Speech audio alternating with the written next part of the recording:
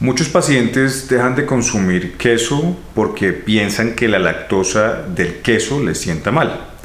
Realmente el queso, su concentración de lactosa es ínfimo, es casi que irrisorio su contenido, y esa no sería la razón por la cual nos sienta mal o nos inflama.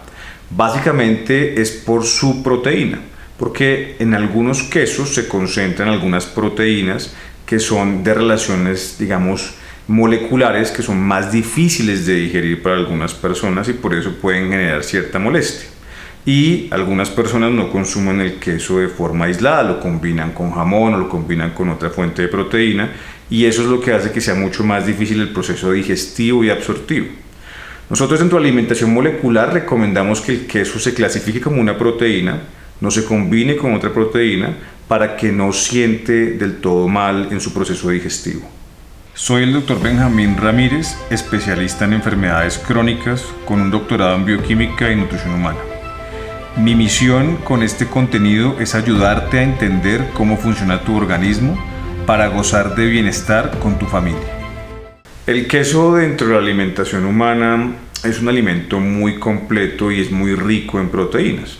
Lo que pasa es que el queso es una receta que depende mucho de la región donde se fabrique, donde se haga, en este caso, el queso. Entonces tenemos quesos de muchas fuentes, de leche de vaca, de leche de oveja, y pues asimismo el queso cambiará su conformación molecular. En este caso, la mayor parte del queso que comemos en Latinoamérica generalmente es un queso de leche de vaca.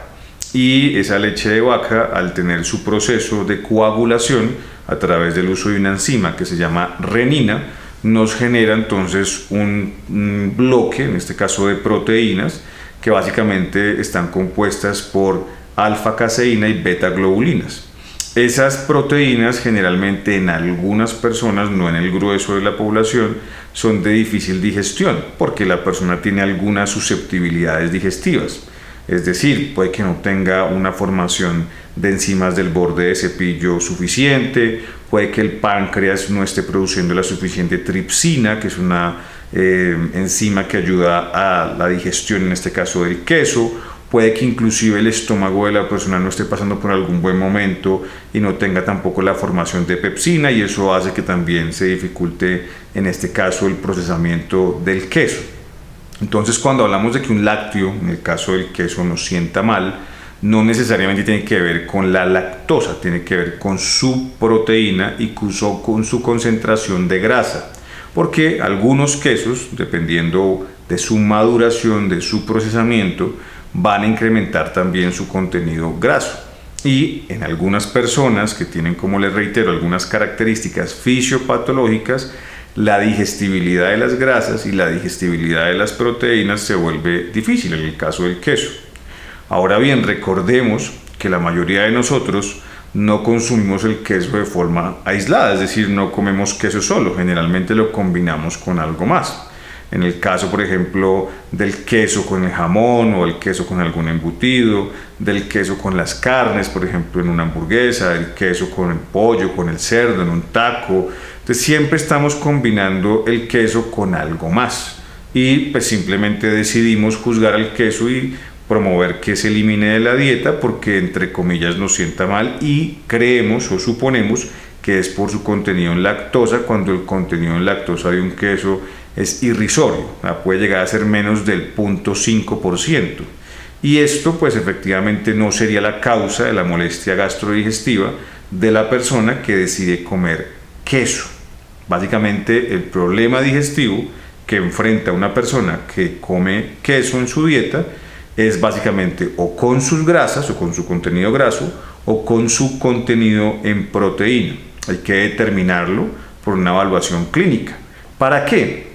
Para que dentro de la alimentación molecular, pues nosotros no queremos que nadie quite un alimento, sino que lo aprenda a usar, lo aprenda a clasificar. Entonces por eso es importante saber qué queso está comprando, si realmente es un queso proteico o es un queso graso, cómo lo está combinando para poder determinar si realmente vale la pena o no vale la pena su eliminación. Nosotros recomendamos que con el queso pues inicialmente no se suspenda, sino que no lo combinemos, a ver cómo nos va. no lo combinemos con una carne, no lo combinemos con un embutido, para que podamos realmente saber si nos está generando la molestia el queso o es su mezcla. Recordemos entonces que la mayor parte de los quesos de América Latina son fuente de proteína y como tal debemos clasificarlo en el grupo molecular rojo. Y nuestra propuesta es que inicialmente, antes de que usted tome digamos el infortunio de pronto de no consumir un alimento nuevamente, aprenda a clasificarlo y a no combinarlo, no mezclar en este caso un queso con otra proteína. Puede ser la mejor herramienta para que usted no se vuelva a inflamar y no deje de aprovechar las virtudes que tiene el queso.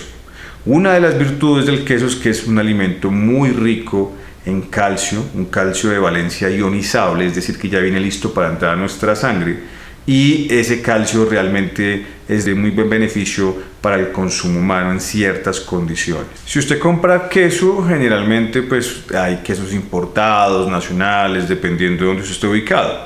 Y por eso es importante que usted clasifique el queso según la región. Hay unos quesos que son muy grasosos, como el queso parmellano, el pecorino, que son quesos básicamente europeos, y esos quesos tendríamos que clasificarlos en el grupo molecular azul, porque son más de aporte lipídico, es decir, grasa.